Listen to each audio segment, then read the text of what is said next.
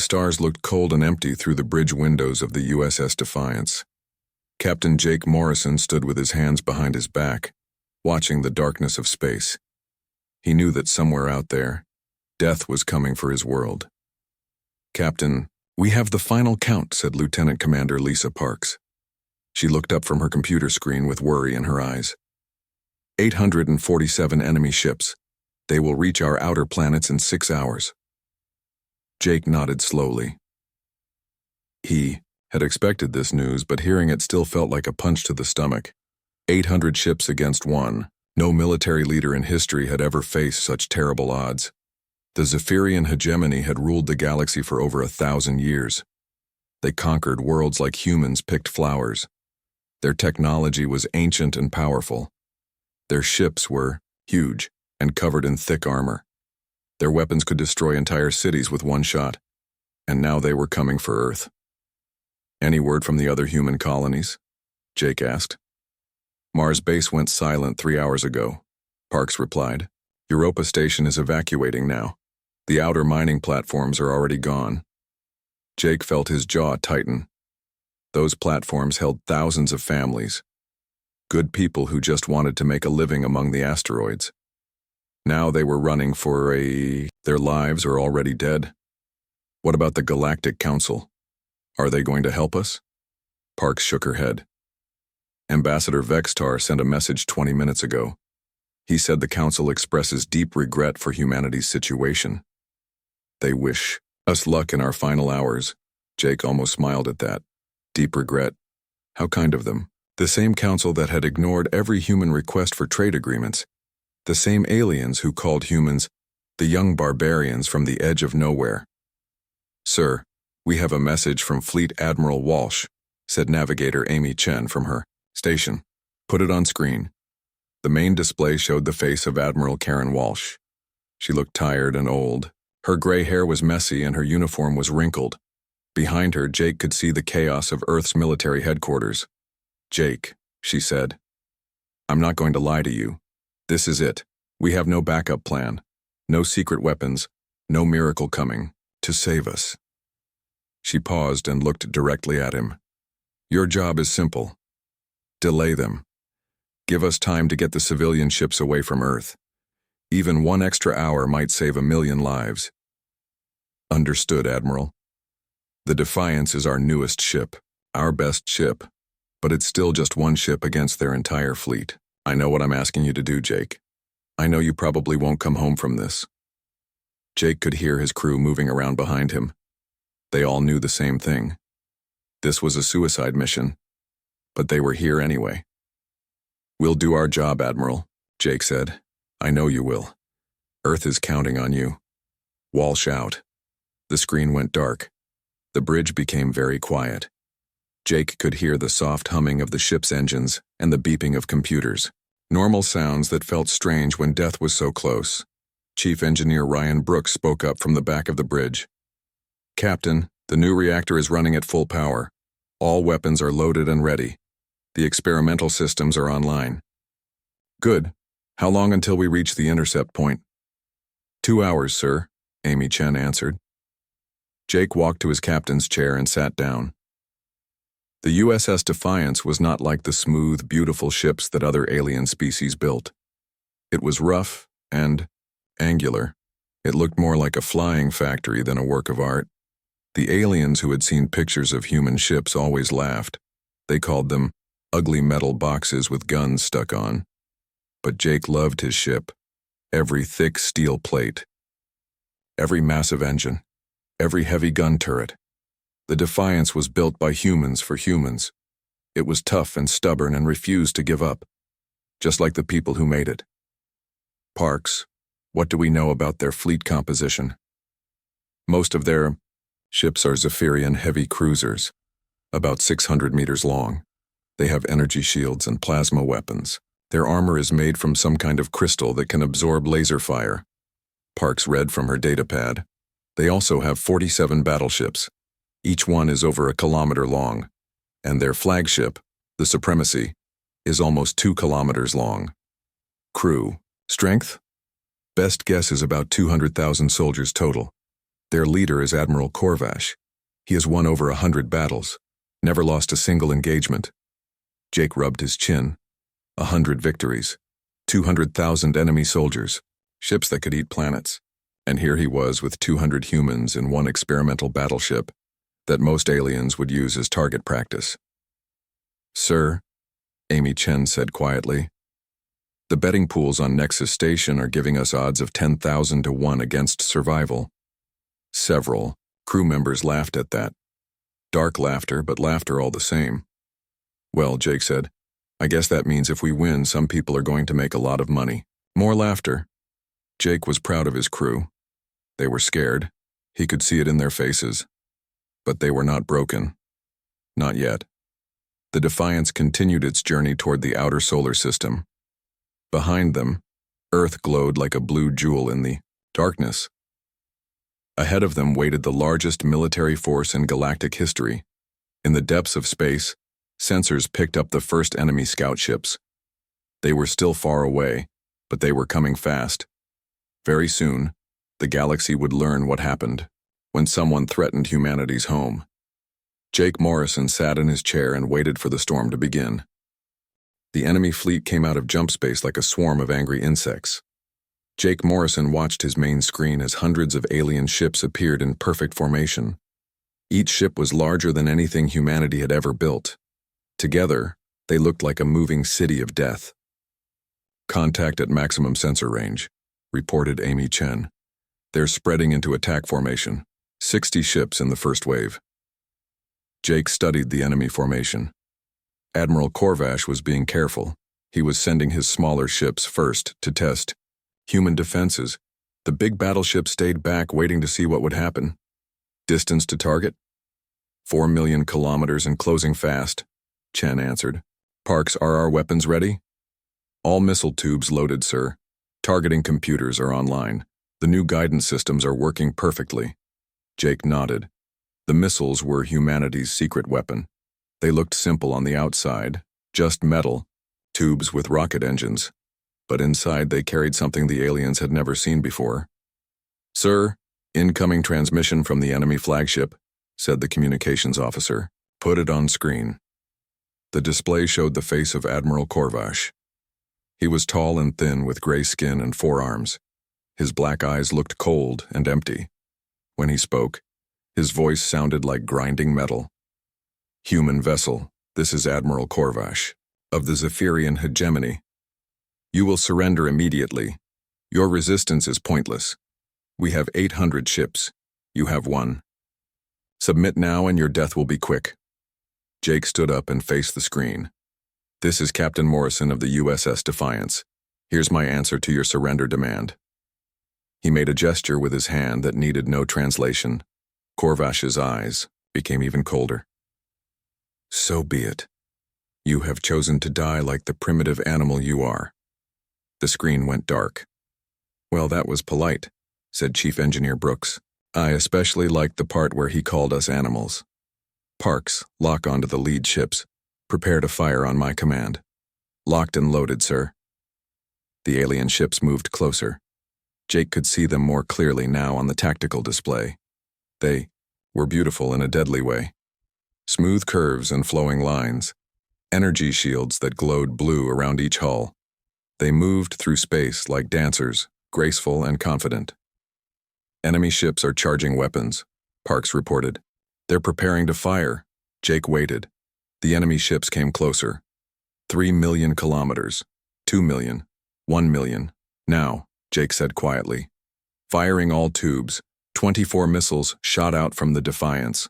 They looked small and slow compared to the alien ships. Corvash probably laughed when he saw them coming. Just primitive human rockets with simple chemical engines. But these missiles were different. As they flew through space, they began to change course. Sharp turns that should have been impossible. Sudden accelerations that would crush any normal warhead. They moved like living things, dancing around each other as they raced toward their targets. The alien ships tried to shoot down the incoming missiles. Energy beams and plasma bolts filled space with deadly light.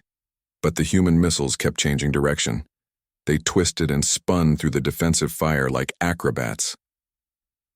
What kind of guidance system is that? One of the alien captains screamed. Over the radio, the missiles reached their targets. But instead of exploding, they did something much worse. Each missile contained a kinetic penetrator, a solid metal rod moving at incredible speed. The rods punched through the alien energy shields like they were made of paper. Energy shields were designed to stop energy weapons, lasers, plasma, particle, beams, all the advanced weapons that civilized species used. But solid matter was different. The shields couldn't even slow down the metal rods. The penetrators hit the alien ships and kept going. They went through the armor, through the hull, through everything inside. Some ships exploded immediately when the rods hit their power cores. Others just stopped working as their engines and computers were destroyed. In 30 seconds, 16 alien cruisers became floating junk. Direct hits on all targets, Parks reported with excitement in her voice. Enemy formation is breaking apart. Jake watched the tactical display. The surviving alien ships were pulling back in panic. Their perfect formation was gone. Captains were shouting at each other over open radio channels. How did they penetrate our shields? One voice screamed. It's impossible. No weapon can do that. Fall back, fall back. Admiral Korvash's voice cut through the chaos. Silence, all ships maintain position. Prepare for second attack wave. But his captains were scared now. Jake could hear it in their voices. They had spent their whole lives believing that energy shields made them invincible. Now that belief was gone. Sir, we're getting signals from across the galaxy, said the communications officer. The battle is being broadcast on all the major networks. Everyone is watching. Jake thought about that. Millions of aliens across hundreds of worlds were watching this fight. They were seeing the mighty Zephyrian fleet get hurt by one human ship. That was good. Fear was a weapon too. Brooks, how are our systems holding up? Reactor is running smooth. As Silk Captain, the new power crystals are working better than we hoped. We could keep this up all day. The power crystals were another human discovery. They had found them in the asteroid belt 5 years ago. Strange formations that could store and channel energy in ways that human science barely understood. But they worked, and that was what mattered. Amy, take us deeper into their formation. Let's get their attention. Sir, are you sure? If we get too close, they could surround us. That's what I'm counting on. The Defiance accelerated toward the alien fleet. More enemy ships were moving forward now. Korvash was sending in his heavy cruisers and battleships. The real test was about to begin. Parks, prepare the second wave of missiles. This time, let's see how their big ships handle kinetic penetrators. Ready when you are, sir. Jake watched the enemy ships getting closer. Their weapons were charging up for a massive attack. Enough firepower to destroy a small moon was pointing at his ship. On my mark, Jake said. 3, 2, 1, fire. More missiles leaped from the Defiance, but this time, the alien ships were ready for them. Point defense systems opened up with everything they had. Space filled with energy beams and explosive shells. Some of the human missiles were destroyed, but most of them got through. And when they hit the heavy cruisers, the results were even more spectacular than before. The bigger ships had bigger power cores. When the kinetic rods hit them, the explosions lit up space like new stars. My God, whispered one of the crew members. Look at them burn. Jake looked. 24 alien warships were dead or dying. Their beautiful hulls were torn open like broken toys. Atmosphere and plasma leaked out into space in colorful streams. But now the rest of the fleet was really angry. Hundreds of energy weapons opened fire at once. The space around the Defiance became a storm of deadly light. Incoming fire, Parks shouted. Energy readings are off the charts. Evasive maneuvers, Jake ordered. Show them how a human ship dances. Amy. Chen's hands flew over her controls. The Defiance twisted and turned through space, dodging the alien fire with moves that should have torn the ship apart. But human engineering was tough. The ship groaned and shook, but it held together. Return fire all weapons. The Defiance fought back with everything it had. Missiles, railguns, particle beams, every weapon that human science could build. The alien ships were learning that humans might be primitive, but they were very good. at making things that killed other things. The battle was just beginning. But already the galaxy was starting to understand that they had underestimated the species from the edge of nowhere. Jake Morrison smiled as his ship danced through the storm of enemy fire. Let them come. Humanity was ready to show the galaxy what happened when you threatened their home. The USS Defiance flew straight into the heart of the alien fleet like a bullet diving into a storm. Energy beams and plasma fire lit up space around the human ship. The hull glowed red-hot from the incoming attacks, but Jake Morrison kept pushing forward. Hull temperature is reaching critical levels, reported Chief Engineer Brooks. But the armor is holding. Those alien weapons pack a punch, but they're designed for ship-to-ship combat at long range. They're not built for this kind of close fighting. Jake nodded. That was exactly what he had hoped for. The alien ships were used to fighting like gentlemen. They stayed far apart and traded polite shots until someone gave up. They had never fought an enemy crazy enough to charge right into their formation. Distance to the center of their fleet? Jake asked. 200,000 kilometers in closing, answered Amy Chen. Sir, they're trying to box us in. Ships are moving to surround us. Perfect. Parks, are the special torpedoes ready?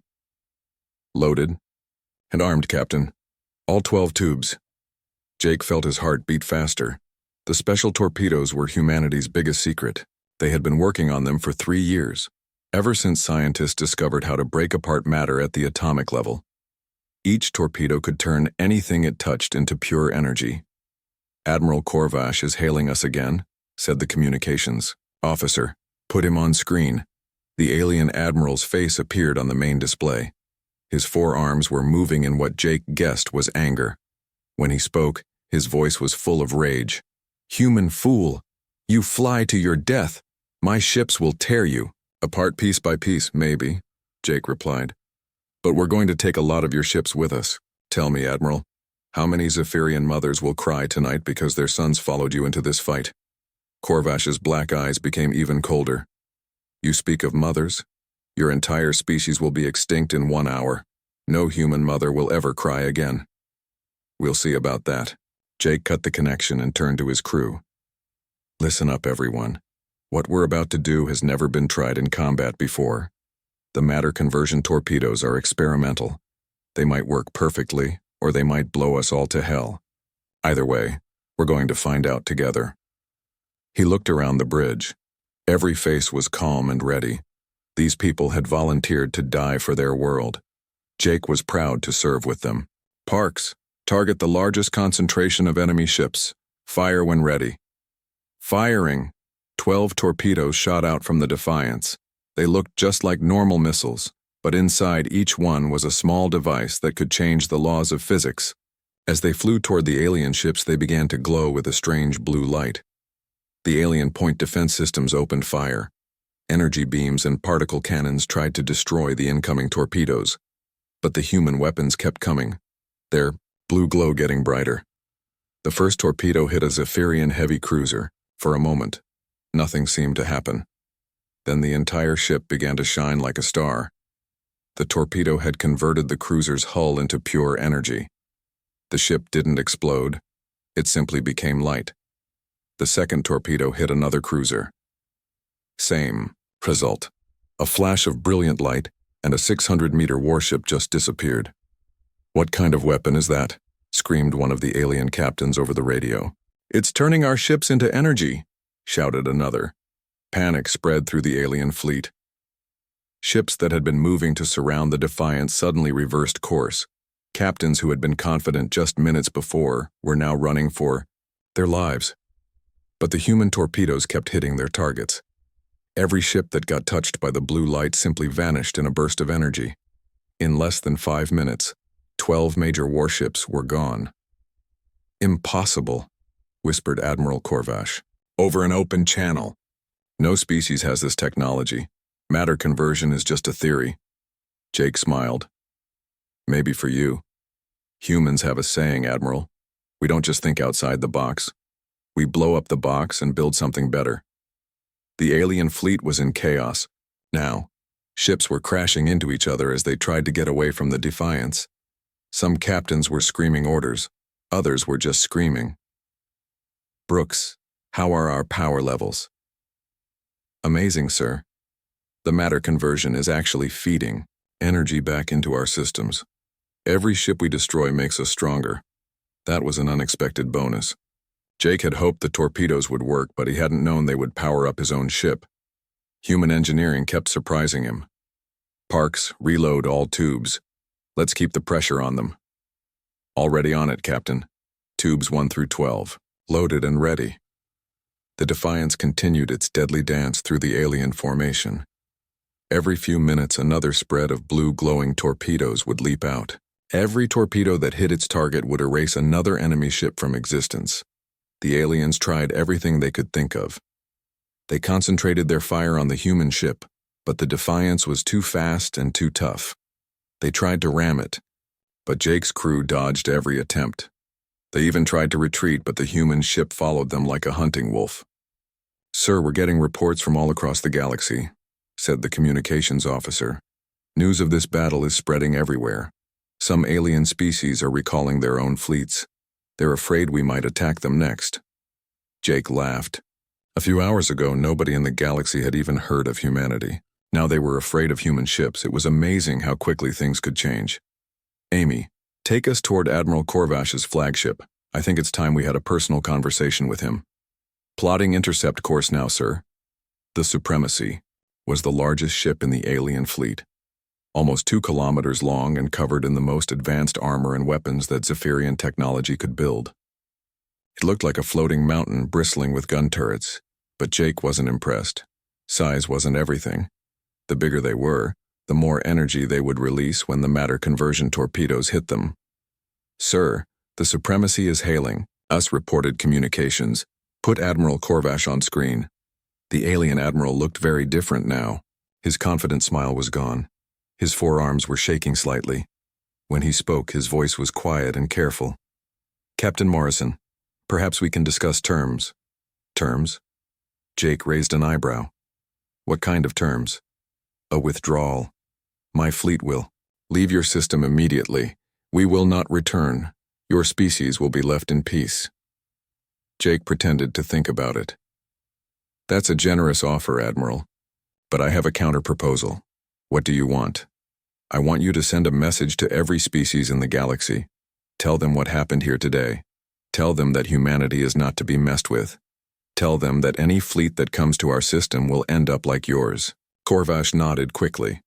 Yes, I will send that message." "Good. But first you need to understand something. You came here to destroy my world. You came here to kill my people. Did you really think we would just let you leave?" The alien admiral's eyes went wide with fear. "Please, we surrender, we yield, by all the laws of civilized warfare." "Civilized?" Jake's voice became hard as steel. "There was nothing civilized about what you planned to do to Earth. Parks target their flagship." "No, wait, we can negotiate." Too late for that. The final spread of torpedoes shot toward the Supremacy. Admiral Corvash screamed something in his alien language as the blue lights got closer and closer. But at the last second, Jake gave a different order. "Parks, detonate the torpedoes just short of their hull. Let's give them a light show they'll never forget." The torpedoes exploded in space just meters from the alien flagship. The burst of energy was so bright that it lit up half the solar system. The Supremacy's hull was scorched and blackened, but the ship survived. "That was a warning," Jake said over the open channel. "The next time I won't miss. Now get out of my solar system and don't come back." What was left of the alien fleet began to jump away as fast as they could. In less than an hour, the space around Earth was empty except for floating debris and the USS Defiance. Jake sat back in his captain's chair and smiled. The galaxy had learned an important lesson today. Humanity might be young and primitive, but they were very good at fighting, and they protected what was theirs. 3 months after the battle, Captain Jake Morrison stood on the observation deck of Earth's new orbital station. Through the massive windows, he could see ships from dozens of different species docked at the station's ports. Aliens who had never spoken to humans before were now eager to meet them. The galaxy had changed overnight. News of the Defiance's victory had spread to every inhabited world. The mighty Zephyrian Empire was falling apart as their former subjects declared independence. Other species that had been neutral were suddenly very interested in human friendship. "Quite. Have you, isn't it?" said Fleet Admiral Karen Walsh as she joined Jake at the window. "It's amazing," Jake replied.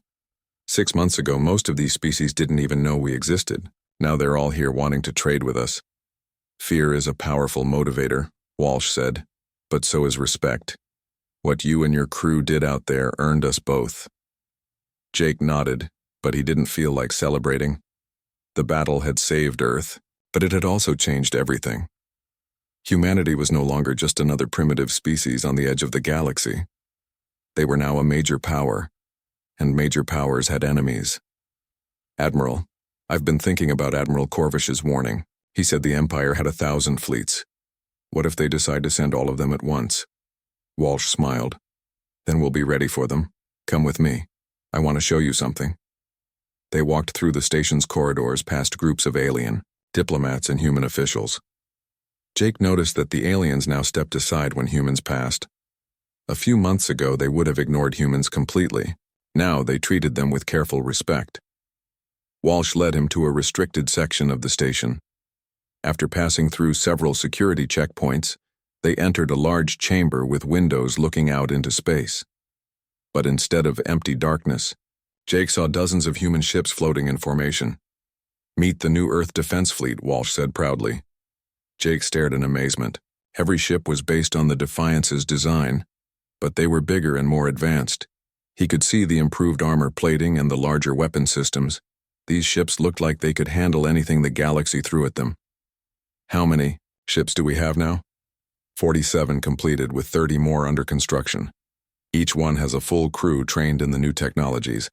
We've also been working on some improvements based on what you learned in combat." "Improvements?" Walsh smiled. "The new ships can stay in temporal distortion fields for hours instead of minutes. They can jump across multiple star systems instantly, and their matter conversion weapons are 3 times more powerful than the ones on the Defiance." Jake felt both proud and worried. Humanity was becoming very good at building weapons of war. Maybe too good. "Admiral, what about Lieutenant Commander Parks and the rest of my crew?" Parks has her own ship now, the USS Vengeance, Chief Engineer. "Brooks is designing our new propulsion systems. Navigator Chen is training our jump pilots. They're all doing well." That made Jake feel better. His crew had earned their promotions and more.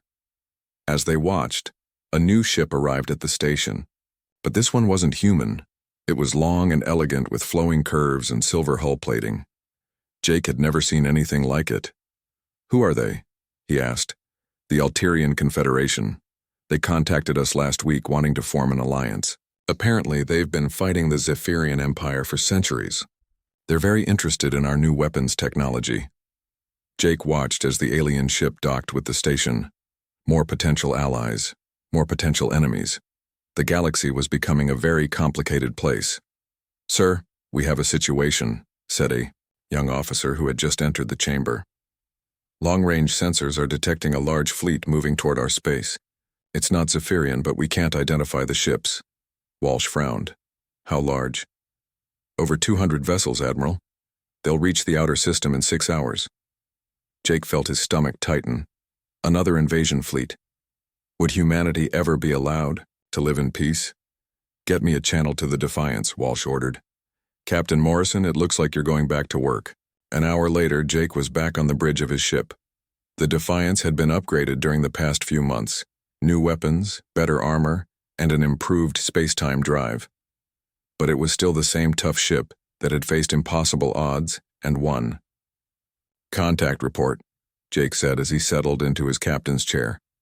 Amy Chen, now promoted to full commander, worked at her navigation station. "Unknown fleet at extreme sensor range, 237 ships of unfamiliar design. There, moving in perfect formation. Any response to our hail attempts?" "Negative, sir," reported the communications officer. "They're maintaining radio silence." Jake studied the tactical display. The unknown ships were larger than most alien vessels he had seen. They moved with military precision, but their technology seemed different from anything in the galactic databases. "Sir, we're getting a priority message from Earth Command," said communications. "Put it on screen." Admiral Walsh's face appeared on the main display. Behind her, Jake could see the organized chaos of the command center. "Jake, we've identified the unknown fleet. They're hegemony ships, but not Zephyrian. These are from the Corvan hegemony, a different branch of the same empire. Intelligence says they're here for revenge. How do they compare to the Zephyrians? Bigger ships, better technology, more disciplined crews. The Corvans have been conquering worlds since before humans discovered fire. They don't surrender and they don't retreat." Jake nodded grimly. "Understood, Admiral. What are our orders?" "Same as last time. Defend Earth at all costs, but Jake, be careful. These aren't the same aliens you fought before. They know what you're capable of, and they've had time to prepare." The screen went dark. Jake looked around the bridge at his crew. Some faces were familiar, others were new. But all of them had volunteered to stand between Earth and another alien invasion. "Well, everyone, it looks like we're famous," Jake said. "The galaxy's biggest bullies want another fight with us. Any objections?" "Just one, sir," said Chief Engineer Brooks from his station. "Can we make it more challenging this time? The last battle was almost too easy." Laughter filled the bridge. Jake smiled. His crew's confidence was infectious. They had faced impossible odds before and won. They could do it again. "Amy, set course for the enemy fleet, maximum speed." "Aye, sir, course laid in. All stations report ready for combat. Weapons armed and ready. Engineering reports all systems operational. Communications standing by." Jake leaned back in his chair and watched the stars ahead. The Corvan hegemony thought they could succeed where the Zephyrians had failed. They were about to learn the same lesson that Admiral Corvash had learned. Humanity didn't start fights, but they finished them. "Take us out, Amy. Let's go remind the galaxy why they should leave Earth alone." The USS Defiance accelerated toward the enemy fleet. Behind them, the new Earth Defense Fleet moved into position. 47 human warships against over 200 alien vessels. The odds were still against them. But Jake Morrison had learned something important during the first battle. When humans fought to protect their home, impossible odds just made them fight harder. The second battle for Earth was about to begin. And this time, the galaxy would learn that the first victory had not been luck, it had been a promise. A promise that any species foolish enough to threaten humanity would face consequences beyond their worst nightmares. In the depths of space, sensors detected the approaching alien fleet. Their ships were dark and menacing, built for conquest and destruction. But they had never faced anything like the USS Defiance and her crew. Jake Morrison sat in his captain's chair and smiled. The galaxy had made a mistake. They had given humanity time to prepare. Now they were about to see what humans could do when they really tried. The legend of the ship that erased an entire fleet was about to grow even larger, and the galaxy would tremble once again before the fury of aroused humanity. "Contact in 30 minutes, reported Amy Chen. "Excellent," Jake replied. "Let's make this one count." The USS Defiance flew toward destiny, carrying with it the hopes and dreams of an entire species. Behind them, Earth glowed blue and beautiful in the darkness. Ahead lay another impossible battle against overwhelming odds. It was exactly where humanity belonged. Admiral Corvash thought he was safe when his flagship jumped away from the battle. The Supremacy had escaped the human ship and was now floating in empty space, far from Earth. His crew was working to repair the damage from the energy blast that had nearly destroyed them. But Jake Morrison was not done with him yet. "Amy, engage the experimental drive," Jake ordered from the bridge of the Defiance. "Sir, are you sure? We've never tested it in combat before. There's a first time for everything." Amy Chen pressed a series of buttons on her control panel. Deep in the ship's engine room, Chief Engineer Brooks watched as strange new machinery came to life. The space-time manipulation drive was humanity's newest and most dangerous invention. "Drive is online," Brooks reported. "All readings are in the green. We're ready to fold space." Jake nodded. "Take us to the alien flagship. One jump." The universe twisted around the Defiance. Space and time bent like rubber, and suddenly the human ship was right next to the Supremacy. The alien crew screamed in terror as their enemy appeared out of nowhere. "How did they do that?" shouted one of Corvash's officers. "Nothing can move that fast." Jake opened a communication channel. "Hello again, Admiral. Miss us? On the Supremacies. Bridge." Corvash stared at the main screen in shock. "Impossible, you were light years away. No ship can cross that distance in seconds." "Human ships can," Jake replied. "We don't follow the same rules as everyone else." The space-time drive was based on technology that humans had discovered by accident. While mining asteroids, they had found crystals that could bend space itself. Scientists had spent years learning how to use them. Now the Defiance could appear anywhere in a star system instantly. "Parks, target their engine section. Let's see how they like being stranded." "Targeting now, sir." But before the Defiance could fire, dozens of other alien ships jumped into the area. They were reinforcements from across the Zephyrian Empire. Fresh ships with full crews and undamaged weapons. "New contacts," reported Amy Chen. 73 ships incoming, they're surrounding us." Jake studied the tactical display. The aliens had learned from their earlier mistakes. Instead of attacking in formation, they were spreading out. They were trying to make it impossible for the human ship to dodge all their fire. "Sir, we're getting a transmission from the lead ship," said communications. "Put it on screen."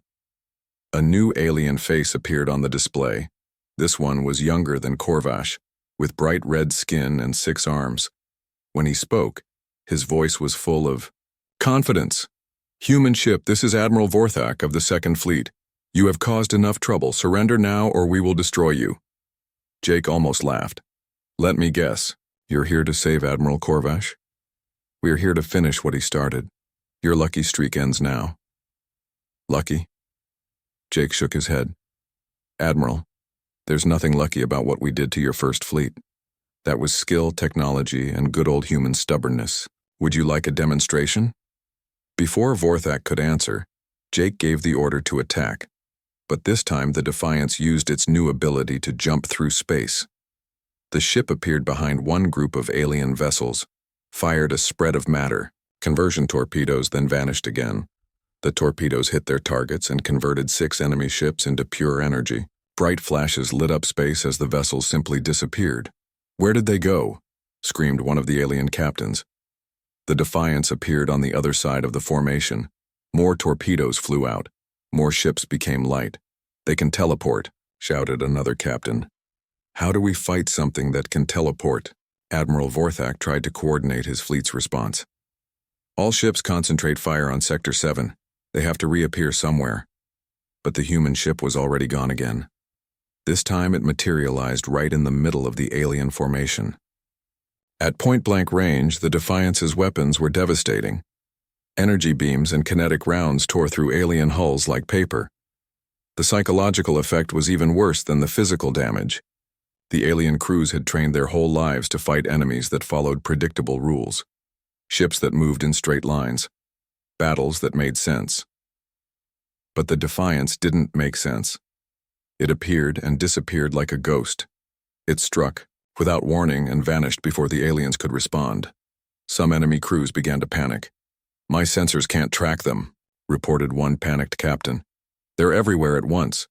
How do we kill something we can't see coming?" Chief Engineer Brooks monitored the space-time drive from the engine room. "Captain, the drive is working perfectly, but each jump uses a lot of power. We can keep this up for maybe 30 more minutes." "That should be enough," Jake replied. "Parks, target the largest ships first. Let's break their morale." The Defiance jumped again. This time it appeared right next to Admiral Vorthak's flagship. The human ship was so close that the alien crew could see Jake Morrison through the bridge windows. "Surprise," Jake said over the radio. Matter conversion torpedoes launched at point-blank range. But instead of hitting Vorthak's ship, they struck the vessels on either side of it. 2 battleships simply vanished in bursts of brilliant light. The message was clear. Jake could have destroyed the flagship easily. He chose not to. He wanted Admiral Vorthak to live long enough to understand what was happening to his fleet. "This is impossible," Vorthak whispered. "Our intelligence said humans were primitive. They said you had no advanced technology." "Your intelligence was wrong," Jake replied. "Human technology is different from yours. We don't just copy what other species do. We invent new ways to solve problems, and right now our problem is your fleet. The Defiance jumped away again. The remaining alien ships tried to follow, but they might as well have been chasing lightning. Every time they thought they had the human ship cornered, it would vanish and appear somewhere else. "Sir, enemy morale is breaking," reported Parks. "We're intercepting panic transmissions from multiple ships. Some captains are requesting permission to retreat." Jake could hear it too. The alien radio channels were full of fear and confusion. Proud warriors who had conquered dozens of worlds were running away from one human ship. "Amy, take us to coordinates where the most enemy ships are concentrated. Let's end this quickly." The Defiance appeared in the center of the largest group of alien vessels. Surrounded by enemies on all sides, the human ship should have been doomed. Instead, Jake Morrison smiled. "Brooks, can you create a time distortion field around our ship?" "I can try, sir, but I've never done anything like that before." "Do it." The space-time drive began to work in a new way. Instead of bending space, it bent time itself. The area around the Defiance became trapped in a temporal bubble. To the human crew, everything seemed normal. But to the aliens outside, the human ship appeared to be moving in slow motion. The alien weapons fired at what they thought was an easy target. But their energy beams and plasma bolts passed harmlessly through space where the Defiance had been milliseconds before. Time was moving differently for the human ship. "Now, Parks, fire everything." From inside the time bubble, the Defiance's weapons worked normally. Torpedoes and energy beams shot out at full speed, hitting alien ships that seemed to be frozen in place. The enemy vessels exploded one after another, unable to dodge or defend themselves. In 30 seconds of real time, 25 alien warships were destroyed. To the human crew, it felt like a normal battle. To the surviving aliens, it looked like their ships had spontaneously exploded for no reason. "What kind of devils are these humans?" screamed one surviving captain. "They're not bound by the laws of physics. Run! Everyone run!" The remaining alien ships began jumping away as fast as they could. Admiral Vorthak's flagship was among the last to leave. Before he escaped, he sent one final message to the Defiance. "This isn't over, human. The Empire has 1,000 fleets. We will return with more ships than you can count." Jake looked at the alien admiral's image on his screen. "Admiral, let me give you some advice. Go home. Tell your Empire what you saw here today. Tell them that Earth is protected by forces they can't understand. And tell them that if they send another fleet here, it will end up like the first two." Vorthak's ship jumped away. Soon the space around Earth was empty again, except for debris and the USS Defiance. "Sir, we're getting reports from across the galaxy," said the communications officer. "The story of this battle is spreading everywhere. Some alien governments are already sending diplomatic messages to Earth. They want to open trade negotiations." Jake nodded. Fear was a powerful motivator. But he knew this was just the beginning. Word would spread about humanity's new abilities. Some species would want to be friends, others would want to steal human technology, and a few would see humans as a threat that needed to be eliminated. "Amy, plot a course for Earth. Let's go home." The Defiance began its journey back to the blue planet. Behind them, the wreckage of 2 alien fleets drifted in space. The galaxy would never be the same again.